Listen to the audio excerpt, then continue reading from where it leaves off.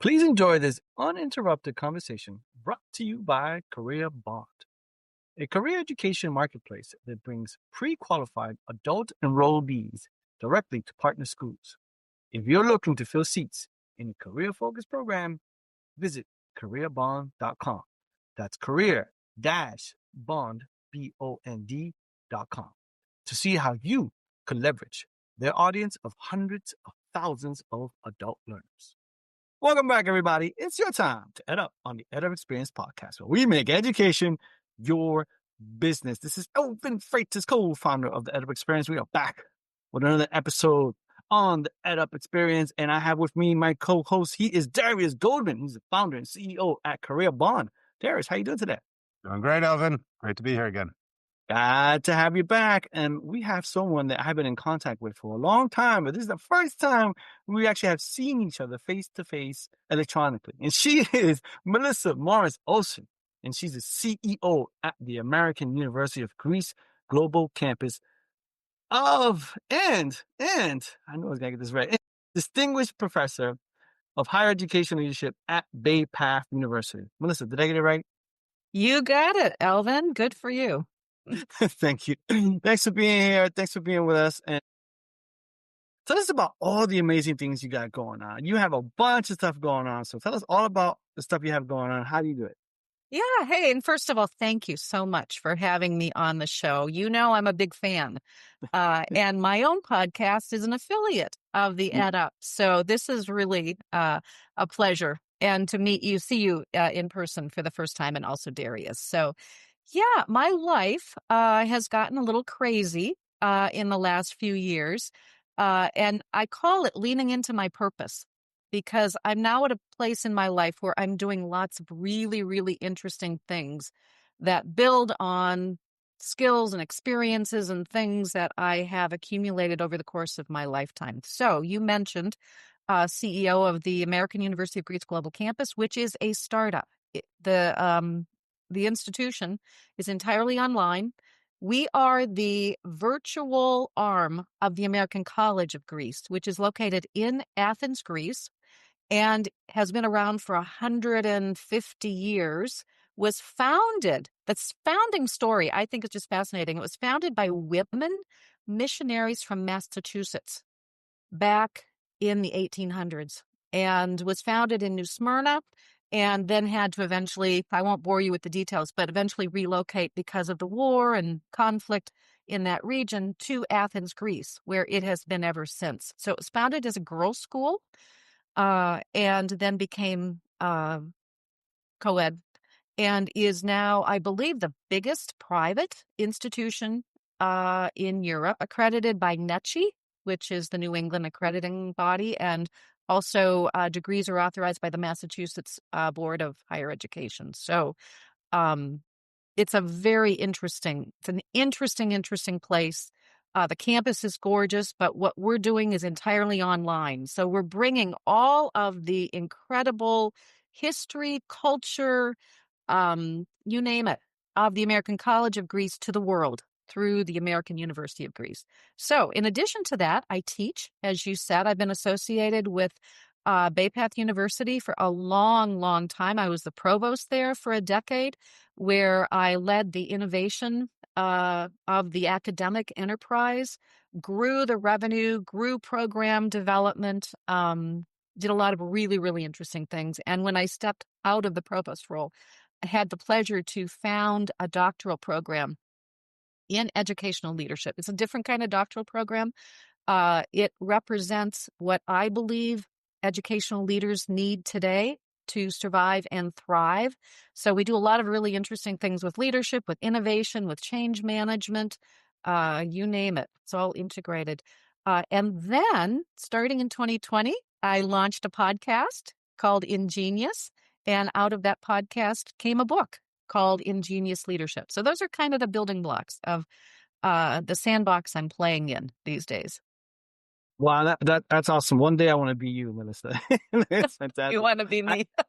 People say that when they hear that I go to Greece. You know, I get to go back and forth to Greece, and that's what people always say. Oh gosh, I want to be you. Can I come in? So before I pass it to Darius, here's my follow-up. Tell us all about the book. I'm very curious because it was based on the podcast, which I love. And who's it for? Why'd you put it together? Yeah, just give us a story about the book. Oh, thank you for asking that. I love talking about this book. So, when I started the podcast, I didn't imagine there'd be a book, but Yeah.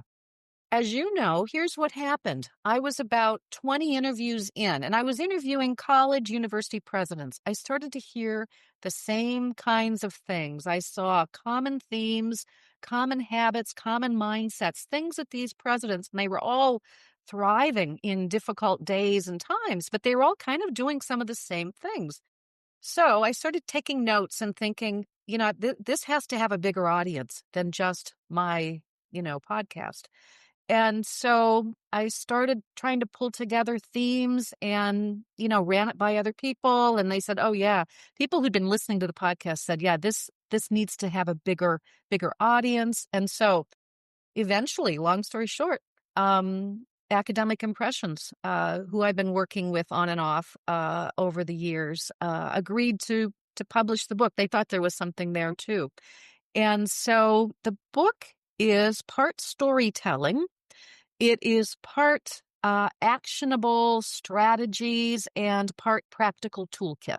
So it's designed for people that are in leadership roles, but we use the book in the doctoral program at BayPath with emerging leaders. And what the students tell me is the stories are so inspirational.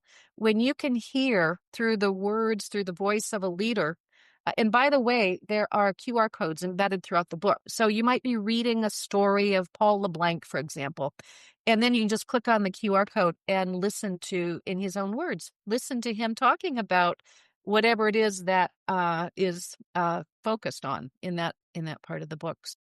My hope is that people will continue to find the book and the accompanying workbook. So there's a workbook that goes with the book. The book is it's pretty thick. We're not on video, right? For the podcast. No. Yeah. So you can see it's pretty thick. It can hold up a couple of coffee cups.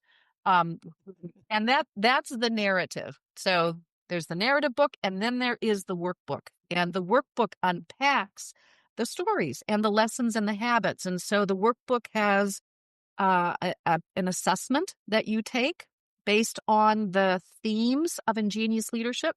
And then there's a section that you can go deeper in terms of assessing your capabilities and you're coming up with, how can I strengthen my muscle in terms of this particular aspect of ingenious leadership?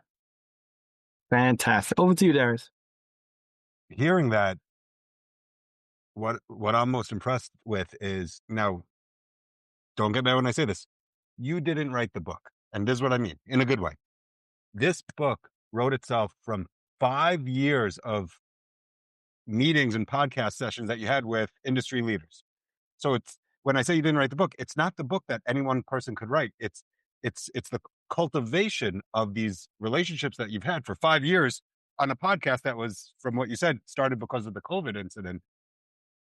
I think that's what's fascinating, because who cares what Darius Goldman says? But if Darius Goldman could tell you here's what the 500 people that I've spoken to, all leaders in their field, this is what they say. Here's the stories behind it. That's that collective knowledge. That's the collective worth. So you didn't say that. I said that, but like, is that? Oh, absolutely. No, absolutely. Yeah, I say that actually. I will say to people, this is the easiest book I've ever written because it's not me. What I did do, and I think this is a particular skill that I have, is that I took all of the stories and I did a thematic analysis and, so I figured out where's the meaning and where are the connections. But yeah, no, the stories and these stories are so rich.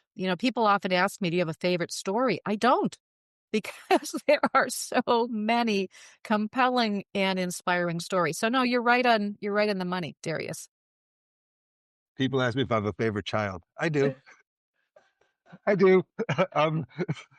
But they're all my favorite in different ways.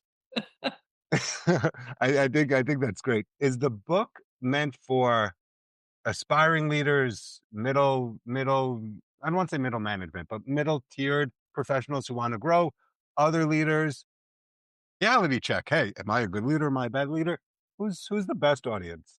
Well, I think it clearly can serve a lot of different audiences. I think emerging leaders, people that are on the front end of their pathway, trying to make sense of some of the stuff they're experiencing right now, because as we all know, particularly higher ed is crazy. We are living in unprecedented, I don't like that word, but it really is unprecedented, crazy times. And I hear this from my students a lot, like, how do we deal with this? How do we deal with all the changes coming at us? How do I hold on to my own sense of self in all of this? So the book, I think, first and foremost, is really, really helpful and valuable. And again, it's not me saying it. My students are saying that from interacting with the book and the stories that they're reading and what they're taking away. But I've also had seasoned leaders who have read it and said, boy, this is a good reminder. It's a good reminder of what I need to stay focused on. It's a good reminder of what matters most. It's a good reminder that my experience is not singular or abnormal. And we were talking at the outset about a podcast. The purpose of a podcast, serving value, community. I think college presidents today are among the most isolated professionals because they're dealing with things, many of them that they never expected. And it's really hard for them to be vulnerable and to trust that they can. I mean, they clearly can't on their own campuses, even with their boards. They can't really be totally honest about their fears, their concerns. And so the book, I think has helped some say, okay, it's not just me, it's not just my campus. You're, you're right about so much. So let me pick what I want to respond to. I agree. We're in this period of uncertainty and change. I've always viewed it as you're driving a car. You don't know where the road's going to turn, but if you're driving and you're paying attention, you could see the road as it's turning and you could lean into those turns. That must have been one of those lessons from the book, like the lean into the ambiguity. Uh, Expand on that. Oh, yeah, absolutely. Being comfortable, getting comfortable first and foremost with ambiguity and not having the answers. Um, I had more than a few presidents tell me that they really had to hone their ability to look around that curve, even knowing, so anticipatory thinking and planning, while also knowing that whatever they think they're going to see may change by the time they get around that curve. And a number of them talked about how they were prepared in a very linear kind of way. So if, let's say, you came up the ranks on the academic side, that is a really linear developmental path, right? It's one step after the other. You check the boxes, and that's how you proceed. Then you get into these presidential roles that require nonlinear thinking, comfort with ambiguity, comfort with not having the answers and still going ahead and doing things anyway. And so, yeah, that's a big one.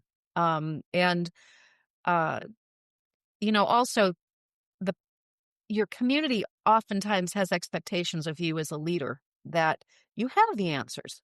They're looking to you for the answers because they're feeling like they're drowning. And so, as a leader, being able to hold the tension for your community is also a really important part of it. So that human capacity, one of the first themes in the book I talk about, which is really, really critical, is the unleashing of human experience and potential, and learning how to hold the feelings and the uncertainty that your community has, not just you yourself. Yeah, you're a stakeholder for Yeah. a larger contingency. When you're talking about the lean into the ambiguity, it makes me think of something that I practice. I call it planned happenstance. Mm. I learned this when I was back in college. It's the one thing that stuck with me. but it's this concept that you're intentionally prepared for the chance events. It's knowing that you know some stuff and that you don't know other stuff. And you're prepared for when those chance events that you weren't prepared for happen, to lean into it, to run with it. Yeah, exactly. I call that theme chaos as catalyst. And there's a wonderful school, so to speak, I think it's in Denmark, called Chaos Pilot, KAOS Pilot. And I was really inspired by some of the work that they do. It's all about seeing yourself as a pilot of chaos rather than seeing uncertainty and chaos and ambiguity as a liability, instead seeing it, reframing it as an opportunity. So how can I take this happenstance or whatever it might be and think of it differently? And that goes to the mindset. So it's not just a skill, but it's changing your mindset as the leader to see it as an opportunity. You know, one of the best leaders I talked to who models this is E. Gordon Gee, who you may have heard of. I think he's finishing up I think it's his 7th presidency at West Virginia University. He is fearless and also wise at the same time. I think he's in his 80s now. And I think he really has been through 7 presidencies. One of those was he did it early and then he came back and did it again at a later. But he has a remarkable ability to hold ambiguity lightly.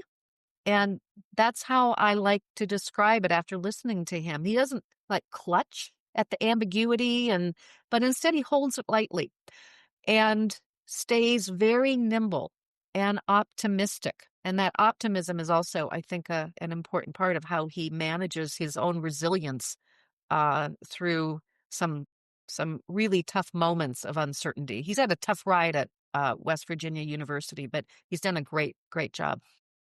Awesome. And I feel like that's a little sneak into what we could get when we read the book, like these stories of leadership. Exactly. Yeah. Is everyone named and attributed? Do some presidents say, "Hey, I don't mind sharing this with you, but let's anonymize me or change my name"? Everyone is. What an interesting question. No, they're all there, and they gave me permission to have their stories told, which, was also something I thought was important. Um, because otherwise I think that, that could shed some questions about the credibility of the stories. And also they're on the podcast. So their stories are out there for the world to hear. Now, I will say, another question people often ask me is, what surprised you? Was there anything that surprised you from all these stories? I was surprised how vulnerable these presidents, many of them, were with me, particularly off the record. So off the record, they would tell me things like, I don't have any of the answers right now, or this moment in time is calling for a different kind of muscle than what I have used so far as the leader of this institution. And that was actually really refreshing to me to hear their vulnerability and their willingness to be vulnerable, at least off the record, in terms of how they were feeling. But it also shows how comfortable they are with you to Mm. expose that version of themselves. I know a lot of leaders, whether it's a university president or just of a startup or of Fortune 500, you're the man, tie and jacket, and everything's perfect, and you have all the answers. That feeling of isolation is because you sometimes feel you can't show the vulnerability. But when you make a true connection, in this case, many people are doing with you, they're willing to open up and reveal their own insecurities that in ordinary circumstances they'd be reluctant to show. So Yeah, it's a testament towards you. well, I appreciate that. I like to think that. I also think they're just living in really, really tough times, so many of them. And it was sort of like therapy I think for some of them to have this conversation with me. I think you don't give yourself enough credit. Thank you, Darius. As I said, you're going to rewrite my LinkedIn profile. All right. So the book is The Cultivation of the Podcast. The podcast came out during COVID. Yeah. The podcast was like an online experiment. I would love to use this archway to talk about your new online experiment, if we can. Sure. And you're the CEO of the American University of Greece Global Campus, which is a fully online school, but is associated with a historically physical, wrong word, I'm sorry, institution that is in Greece, but the online version is accredited in the US. So there's a lot there. Actually, both are accredited in the US. Oh, So, my. yeah. Awesome. And I want to go back. I want to say one more word about the podcast because I've got to credit my daughter here. Absolutely. So I didn't know the first thing about podcasting, right? So Elvin, I don't know. Did you know anything about podcasting when you started? Absolutely not. Thank you. So I'm working in my home office at the beginning of the pandemic, and my daughter, oldest daughter, is across the hallway. She was at Georgetown in the Learning Design and Technology program. She's like one of these, young 20-something technology gurus. She knows how to do everything. And she was doing her master's degree with people like Randy Bass and, some of the great greats of higher ed innovation and technology. She walks into my office one day and says, "Mom, you need to do a podcast." I laughed. I said, "Why do I need to do a podcast?" And she said, "Because I can hear you. One, you're too loud. But secondly, I can hear you through the door talking to all these people about their experiences during the pandemic. Other people need to hear these stories." Well, I was having a lot of conversations because I was going stark crazy, frankly, being in my home office and not seeing people. So I just started calling people up and having conversations on Zoom. She said, I can hear what these people are saying. And she said, this needs to have a broader audience. And so I said, well, okay, if you will help me. And she did. She helped me launch the podcast. And, it's great when you have children who are smarter than you are, right? Who can see things and help you. So that was sort of the arc of development. And it really took off. And, I couldn't be more pleased with how it's gone. And you're still doing the podcast. Oh, yeah. We're in season 6.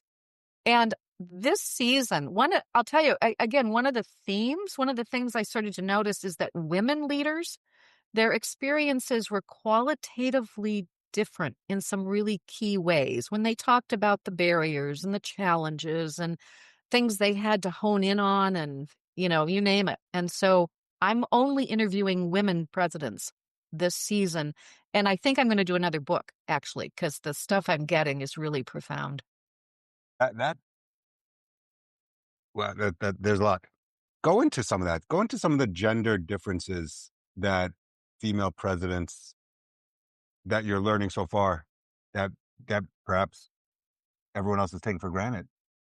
Yeah, well, a number of them talk about the importance of having sponsors, that without a sponsor, they would have never gotten into, one, they wouldn't have developed the confidence and the belief in themselves that they could do it. And that's more than just a mentor. We all talk about mentors, but they talked about having sponsors. And that resonated with me because I had a sponsor, a male sponsor early in my career who would, come into a room and say, "Hey, she knows what she's talking about, so listen to her." And that's the sort of story I heard from a number. And oftentimes it was a male. I don't know what to make of that, but they were in the position. And so they essentially shared their power and credibility so that people made space for this woman leader. And so a number of them have said they now do everything they can to be that sponsor for other people. Go ahead. No, I love that. And, since we're going to have a lot of people in academia listening to this, I think, the follow-up point that I would love to express is pay it forward. Don't just be a mentor. A mentor is a private coach, a private tutor, a private source of support, but a sponsor is an advocate, Yeah. right? Take charge. And so for, here's my little soapbox moment for everyone in that position of authority who are listening. If there's a rising star beneath you, don't just be a mentor, be a sponsor. Push Yeah. them forward. Don't just Yep. give them the answer. Help push them forward in that career. Huge difference, like small words, but huge difference between being a mentor, which is also good, but being a sponsor, which is really, that's that nitro, that's that jet fuel behind someone's own career trajectory. Exactly. It's active. It's active support. It's opening that door and then pushing the person. But also it's the as leaders, if we're effective, we have quite a bit of capital, right? People look to us. So if we do something, they will say, oh, that must be the thing to do, right? Or that person's okay because the president has them in their circle. That's sort of bringing a woman into the circle and saying she really knows what she's talking about, is so important. That's part of that active sponsorship. You're sharing your capital in a very public way. Yeah, it's the signal of approval Yeah, yeah, almost. yeah. It's a stamp of authority, putting your stamp on that mentee or that Exactly. other Yeah, yeah, individual. I'm with you. yeah, You know, yeah. it's funny. I run a small company, and because I'm the leader, the boss, what different terms, different meanings. I've realized that if we have these brainstorms or we have these group sessions, and I come up with an idea, because I'm the one saying it, there's this impetus behind it. I've learned to start saying this phrase: subject to your thoughts. Mm, And then I go into what I want to share. Because if I don't say subject to your thoughts and just say, hey, Melissa, we should open up a physical location in Stamford, Connecticut. Without the subject to your thoughts, it became an edict. And you're like, shit, we got to open up a location in Stamford, Connecticut. But right. when I first say, hey, subject to your thoughts, we should open up a location in Stamford, Connecticut, you're like, actually, we're a fully online institution. There is absolutely no reason to have a physical location in Stamford, Connecticut. Yeah, yeah, yeah.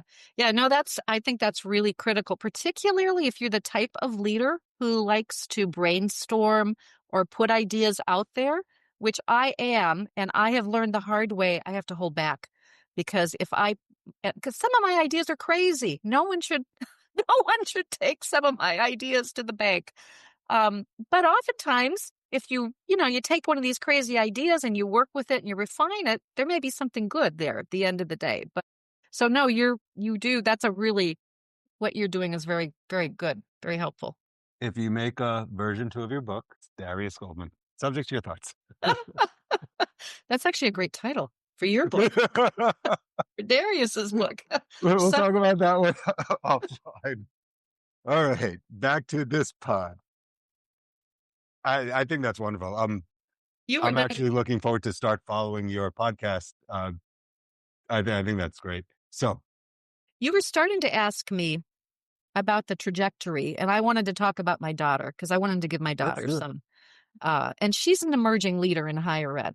I'm very proud of my daughter. So my oldest works at Harvard, in the Chan School of Public Health. Talk about being in the being in the thick of crazy times these days, but she's a learning designer. So, and Harvard and the Chan School of Public Health, they've really been hit hard by some of the political administration's decisions about cutting back grants and funding and all that sort of thing. So, my younger daughter is in medical school and is just about to go into her residency. So, and interested in academic medicine. So, it's kind of interesting to see, both of them probably going into education of one sort or another.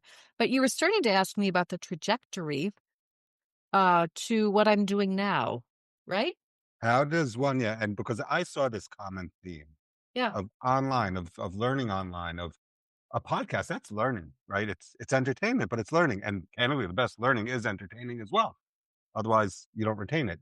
So I saw this thread of online expertise, online discussions, online podcast, online university. And then the real bridge for me was it did happen during COVID, where COVID was a catalyst of many things, but a predominant thing that came out of COVID was elimination of the myth that you could only learn in the physical classroom, Yeah. turning the page of the physical book, sitting in the physical desk, in the physical chair on the teacher's time. So that's the arc that I see, but I'd love to get your view on it because you're the one running this.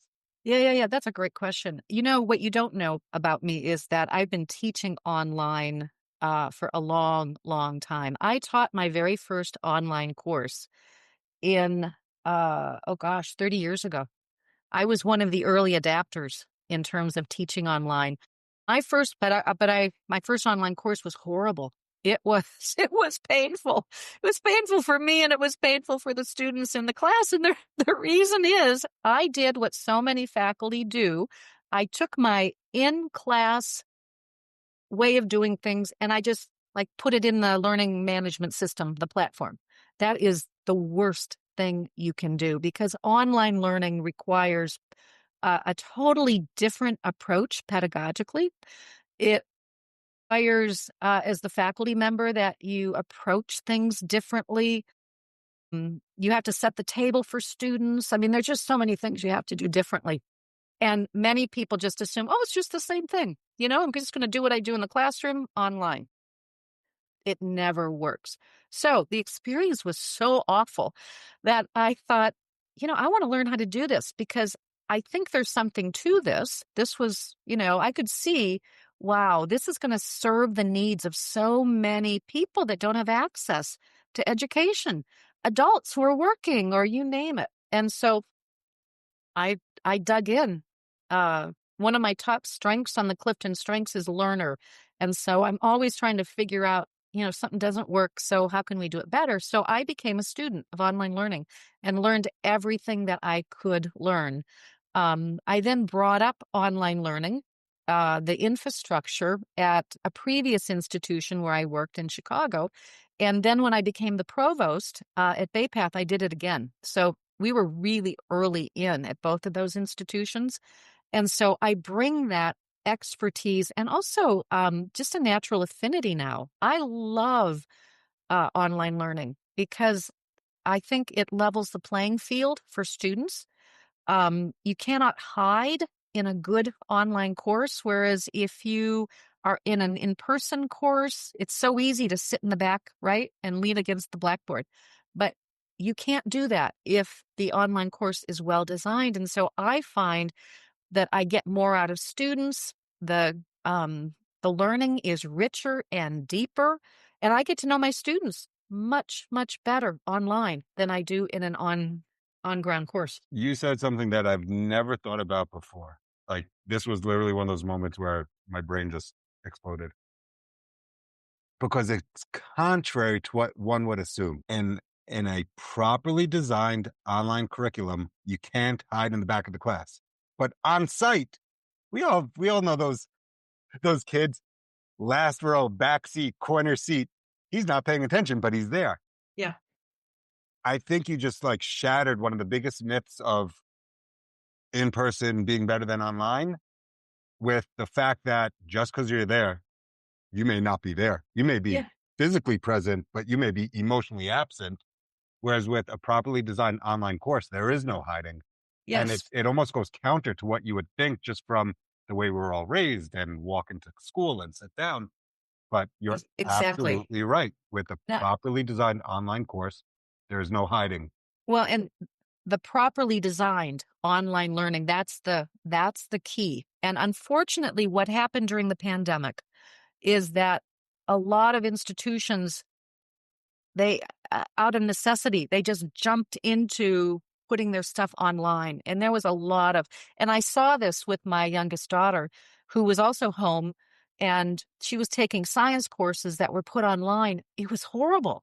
I mean, she would sit there and she'd have the talking box. She'd have the professor talking through the computer for like 4 hours straight. That is not good online learning. That would be in-class learning. That I don't even think that's good. Lecturing is, you know, go ahead, Darius. No, you're so right. These are the things that people take for granted. That's not online learning. What that is a Netflix episode of a live class. And I always tell people, you don't learn from Netflix. So online learning is not Netflix. If you just take a camera, and actually I would love for your expertise on this. here's the wrong way. If you take a camera and just film an online class and say, okay, now watch it at home, that's not online learning. Right. Netflix, that's a videotape. Younger people won't know what a videotape is. Google it. So proper online learning is interactive. And this is what I would love for you to, to educate us on. And perhaps if this is tied to American University of Greece Global Campus, tell us how they do it. But you hear these buzzwords: synchronous, asynchronous. I don't think the Yeah. modern adult learner even knows what that means. Right. Could you give like the woman on the street version of what online learning really entails, or better yet, what properly designed online learning really entails? Yeah, what a great question. So let me say, first of all, at the American University of Greece Global Campus, and this models what we did at Bay Path University, and Bay Path is also doing the same way. It is a very well-designed, highly intentional approach to structuring, nurturing, managing the learning experience of every single student who's in the online course. So at the American University of Greece, the courses are all asynchronous. What that means is that uh, it's total flexibility within a certain framework. So you may take an MBA course that spans 8 weeks. There is one module structured for each of those 8 weeks. Each module has learning outcomes. In other words, the faculty member has thought very carefully about what do I want the students to know as a result of module 1. And then you build in all kinds of exercises, assignments that students do. The faculty member is involved in terms of moderating and facilitating. They're very available to the student. And then there's some sort of a checkpoint so that you know that the student learned what it is they were supposed to learn at the end of that module. And that's how it goes. Now, when I say asynchronous, what that means is that they don't have to show up for class at a particular time. They can complete their assignments within that 1 week pretty much on their own time schedule, as long as they complete the assignments and they participate in the way that they need to participate. So there's a lot of modern adult learners. That's what I call them, the modern adult learner. I don't call them a student. I'm a grown ass man. I'm done with college. I'm done with grad school. If I want to expand on my knowledge and learn a new skill or a career, I don't consider myself a student. I'm a Yeah. modern, I'm an adult, I'm a learner. So let me absorb that way. With asynchronous, what I heard was it'll still be within the parameters of the course curriculum. Like, hey, you have a week, but during this week, we don't care when you do it. But today's Monday. We're going to meet again next Monday. I'm obviously making up those days. And during that 7-day period, what you have to do on your own time is these sections of the online curriculum. And then we're going to discuss it the following week. Is Yeah. that asynchronous? That's asynchronous. Yeah. And you may not have a single meeting in time. There may be discussion forums that students can go in and out of, so they're interacting with each other. But again, it's like, imagine a clock. Over the course of 24 hours, students are going in and out of that discussion forum. They're building on each other's thoughts and insights. The faculty member may come in and out. So it's like having a 24/7 conversation with a group of buddies that you're studying with, but you're not all in the room at the same time. So and that's what causes the richness, because people are having time to stop, to reflect before they just shoot off their thoughts about something. And so students are assessed according to, are they integrating what they're learning in their discussion forum participation, for example. It's all highly intentional and informed by everything that we know about how people learn. Good learning, conditions for learning. Yeah, Absolutely. I gotta jump in, Darius. We're coming up on time. So Oh, great conversation. But I gotta know, Melissa, based on all your experiences and everything that you're doing, what do you see as the future of higher education? oh gosh. Well, I'm going to answer this a little differently, I think. I see the future in the people that I am mentoring, the students that are in my doctoral program, for example. My family did a really wonderful thing. They established a fellowship program at BayPath called the Melissa Morris Olson Emerging Fellow in Higher Education Leadership Award. And I got to meet the first two, the inaugural recipients, who are doing incredible things. One is working at Rutgers Medical School. The other is at Mount Sinai, heading up an academic program there. And I listened to them talk about their vision for the future and what they are bringing, what they want to bring. And to me, that's the future. I mean, are things going to be crazy? Sure. They're going to get more crazy. Who knows what it's going to look like? I do think we're going to be merging more and more. We're going to be creating networks of institutions and networks of organizations where we can draw from these networks for what we need as an institution. But the future is in the people. It's in these emerging leaders who have hope and vision and want to have an impact. And that's where I'm betting my hope these days. That's awesome. I know that's beautiful. And I can guarantee you there are a lot of them. I want to ask a final question too, hearing that. Go ahead, Darius, be quick. Who's the emerging leader that should go to American University Greece Global Campus? Like, who's that student? Well, I'm going to answer this in two ways. For the American University of Greece Global Campus, young to mid-level adults, anybody that wants to advance their career. So we have graduate degrees. We have a global MBA. That's just incredible. We have an MS in data science. We have an MA in learning design and technology. We're also rolling out undergraduate programs next fall, MS in applied cybersecurity. So you can study from anywhere around the world, highly affordable, highly accessible, but the faculty are global and your classmates will be global. So think about that. You're going to have faculty from all over the world bringing their world-informed perspective to the classroom, and you're going to be sitting in online classes with people from all over the world. That's pretty amazing, right? So the BayPath University EDD is designed for people that want to have a leadership role in higher education, and also PK-12. So it's PK-12 through higher ed and beyond. But if you're working in higher ed or PK-12, you want to advance your career, be sure and check out the program. It is unlike anything else that's on the market out there in terms of an educational opportunity to get the educational doctorate. Awesome. Fantastic. And I highly recommend, Melissa has so much going on. Reach out to her on LinkedIn because you're great on LinkedIn.